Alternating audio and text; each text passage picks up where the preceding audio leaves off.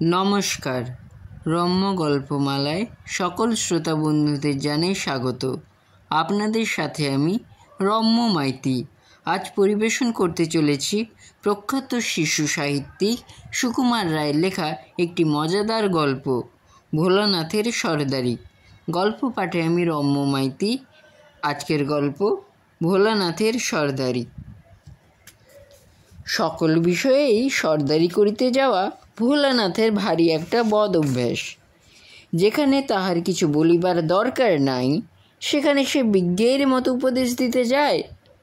যে কাজের সে কিছুমাত্র বোঝে না, সে কাজেও সে চটপট হাত লাগাইতে ছাড়ে না।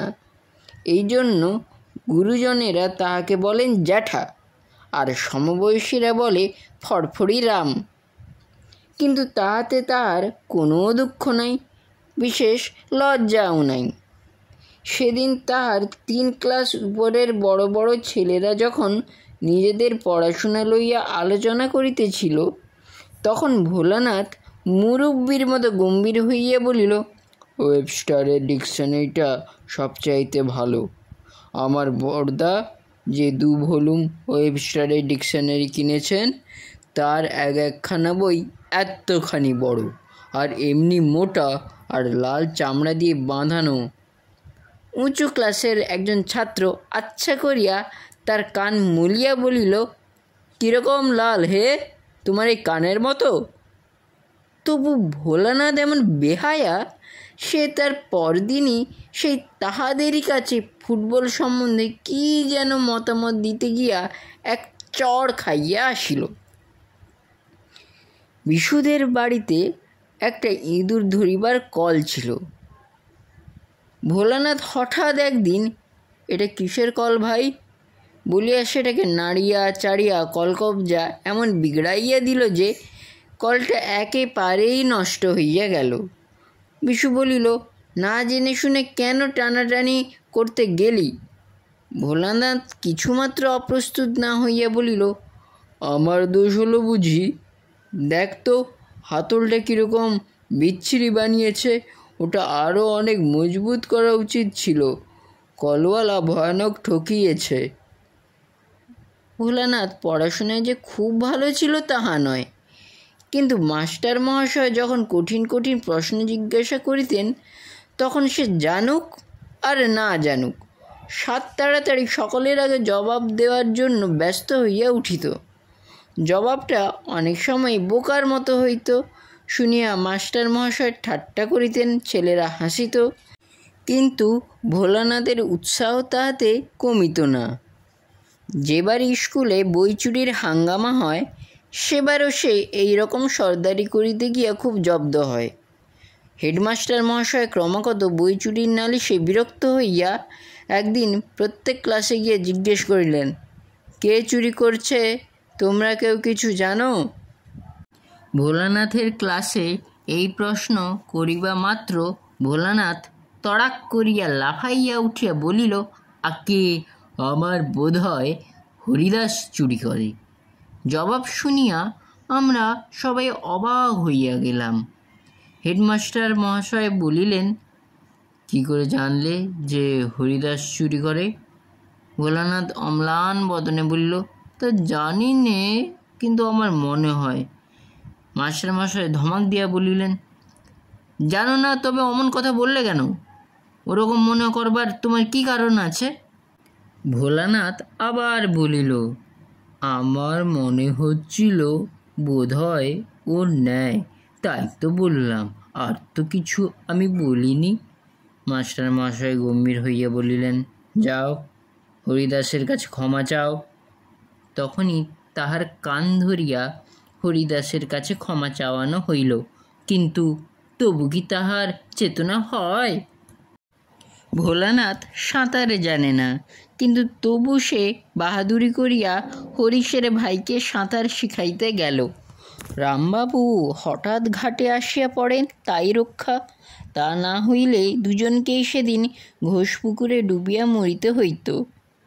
কলিকাতায় মামার নিষেধ না শুনিয়া চলতি ট্রাম হইতে নামিতে গিয়া ভোলানাথ কাদার উপর যে আছাড় খাইয়াছিল, 3 মাস পর্যন্ত তাহার আঁচড়ের দাগ তাহার নাকের উপর ছিল। আর বেদেরা শিয়াল ধরিবার জন্য যেবার ফাঁদ পাতিয়া রাখে, সেবার সেই ফাঁদ ঘাঁটিতে গিয়া ভোলানাথ কীরকম আটকা পড়িয়াছিল সে কথা ভাবলে আজও আমাদের হাসি পায়। কিন্তু সবচাইতে যেবার সে জব্দ হইয়াছিল সেবারের কথা বলি শোনো।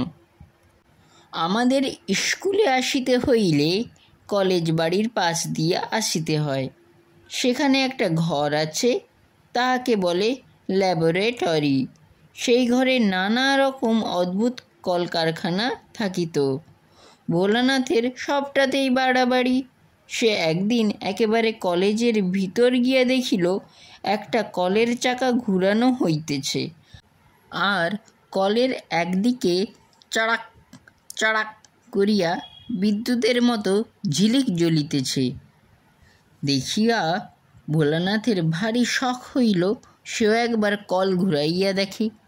কিন্তু কলের কাছে যাওয়া মাত্র কে একজন তাহাকে এমন ধমক দিয়ে উঠিল যে ভয়ে এক দৌড়ে সে স্কুলে আসিয়া হাঁপাইতে লাগিল। কিন্তু কলটা একবার নাড়িয়া দেখিবার ইচ্ছা তাহার কিছুতেই গেল না। একদিন বিকালে যখন সকলে বাড়ি যাইতেছি, তখন ভোলানাথ যে কোন সময়ে কলেজ বাড়িতে ঢুকিল তাহা আমরা বুঝিতে পারি নাই। সে চুপি চুপি কলেজ বাড়ির ল্যাবরেটরি বা যন্ত্রখানায় ঢুকিয়া অনেকক্ষণ এদিক ওদিক চাহিয়া দেখে ঘরে কেউ নাই। তখনই ভরসা করিয়া ভিতরে ঢুকিয়া সে কলকবজা দেখিতে লাগিল। সেই দিনের সেই কলটা আলমারির আড়ালে উঁচু তাকের উপর তোলা রহিয়াছে। সেখানে তার হাত যায় নাই। অনেক কষ্টে সে টেবিলের পিছন হইতে একখানা বড় চৌকি লইয়া আসিল।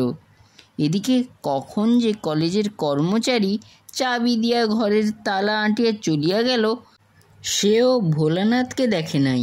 ভোলানাথেরও সেদিকে চোখ নাই। চৌকির উপর দাঁড়াইয়া ভোলানাথ দেখিল কলটার কাছে একটা অদ্ভুত বোতল। সেটা যে বিদ্যুতের বোতল ভোলানাথ তাহা জানে না। সে বোতলটাকে ধরিয়া সরাইয়া রাখিতে গেল। অমনি বোতলের বিদ্যুৎ হঠাৎ তাহার শরীরের ভিতর দিয়া ছুটিয়া গেল। মনে হইল যেন তাহার হাড়ের ভিতর পর্যন্ত কিসের একটা ধাক্কা লাগিল। সে মাথা ঘুরিয়া চৌকি হইতে পড়িয়া গেল। বিদ্যুতের ধাক্কা খাইয়া ভোলানাথ খানিকক্ষণ হতভম্ব হইয়া রহিল। তারপর ব্যস্ত হইয়া পালাইতে গিয়া দেখে দরজা বন্ধ। অনেকক্ষণ দরজায় ধাক্কা দিয়া কিল ঘুষি লাথি মারিয়াও দরজা খুলিল না। জানলাগুলোই অনেক উঁচুতে, আর বাহির হইতে বন্ধ করা। চৌকিতে উঠিয়াও লাঙাল পাওয়া গেল না। তাহার কপালে দর দর করিয়া ঘাম ঝরিতে লাগিল। সে ভাবিল প্রাণপণে চিৎকার করা যাক, যদি কেউ শুনিতে পায়। কিন্তু তাহার গলার স্বর এমন বিকৃত শোনাইল, আর সমস্ত ঘরটাতে এমন অদ্ভুত প্রতিধ্বনি হইতে লাগিল যে নিজের আওয়াজে নিজেই সে ভয় পাইয়া গেল। ওদিকে প্রায় সন্ধ্যা হইয়া আসিয়াছে।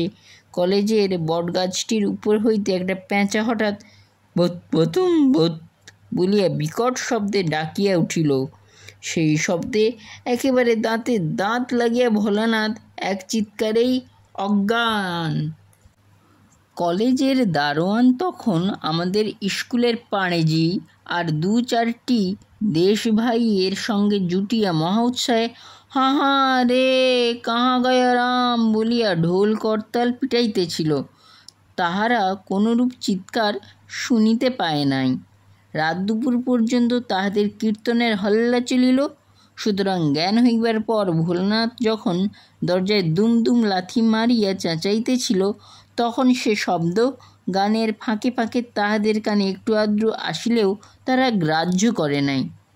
পাড়েজি একবার খালি বলিয়াছিল, কিসের শব্দ, একবার খোঁজ লওয়া যাক। তখন অন্যেরা বাধা দিয়া বলিয়াছিল, আরে চিল্লানে দেও। এমনি করিয়া রাত 12টার সময় যখন তাহাদের উৎসাহ ঝিমাইয়া আসিল, তখন ভোলানাথের বাড়ির লোকেরা লণ্ঠন হাতে হাজির হইল। তাহারা বাড়ি বাড়ি ঘুরিয়া কোথাও তাহাকে আর খুঁজিতে বাকি রাখে নাই। দারোয়ানদের জিজ্ঞাসা করায় তাহারা এক বাক্যে বলিল, স্কুল বাবুদের কাহাকেও তাহারা দেখে নাই। এমন সময় সেই দুমদুম শব্দের চিৎকার আবার শোনা গেল। তারপর ভোলানাথের সন্ধান পাইতে আর বেশি দেরি হইল না, কিন্তু তখনও উদ্ধার নাই। দরজা বন্ধ, চাবি গোপালবাবুর কাছে। গোপালবাবু বাসায় নাই, ভাইঝির বিবাহে গিয়াছেন, সোমবার আসিবেন। তখন অগত্যা মইয়া নাইয়া, জানলা খুলিয়া, সার্সির কাঁচ ভাঙিয়া অনেক হাঙ্গামার পর ভয়ে মৃতপ্রায় ভোলানাথকে বাহির করা হইল। সেখানে কি করিতেছিল সে, কেন আসিয়াছিল, কেমন করিয়া আটকা পড়িল ইত্যাদি জিজ্ঞাসা করিবার জন্য তাহার বাবা প্রকাণ্ড এক চড় তুলিয়াছিলেন। কিন্তু ভোলানাথের ফ্যাকাশে মুখখানা দেখিবার পর সে চড় আর তাহার গালে নামে নাই। নানা জনে জেরা করিয়া তাহার কাছে যে সমস্ত কথা আদায় করিয়াছেন, তাহা শুনিয়াই আমরা তাহার আটকা পড়িবার বর্ণনাটা দিলাম। কিন্তু আমাদের কাছে এত কথা কবুল করে নাই। আমাদের সে আরও উল্টা বুঝাইতে চাহিয়াছিল যে সে ইচ্ছা করিয়াই বাহাদুরির জন্যে কলেজ বাড়িতে রাত কাটাইবার চেষ্টায় ছিল। যখন সে দেখিল যে তাহার সে কথা কেউ বিশ্বাস করে না, বরং আসল কথাটা ক্রমেই ফাঁস হইয়া পড়িতেছে, তখন সে এমন মুশড়াইয়া গেল যে অন্তত মাস তিনেকের জন্য তাহার সর্দারির অভ্যাসটা বেশ একটু দমিয়া পড়িয়াছিল। কেমন লাগলো আজকের এই গল্প কমেন্ট বক্সে অবশ্যই লিখে জানান। গল্পটি ভালো লাগলে লাইক এবং শেয়ার করতে ভুলবেন না। পরবর্তীকালে নিত্য নতুন নানা ধরনের গল্প শুনতে এবং কবিতা শুনতে অবশ্যই আমার চ্যানেলটি সাবস্ক্রাইব করে আমার পাশে থাকুন। ধন্যবাদ।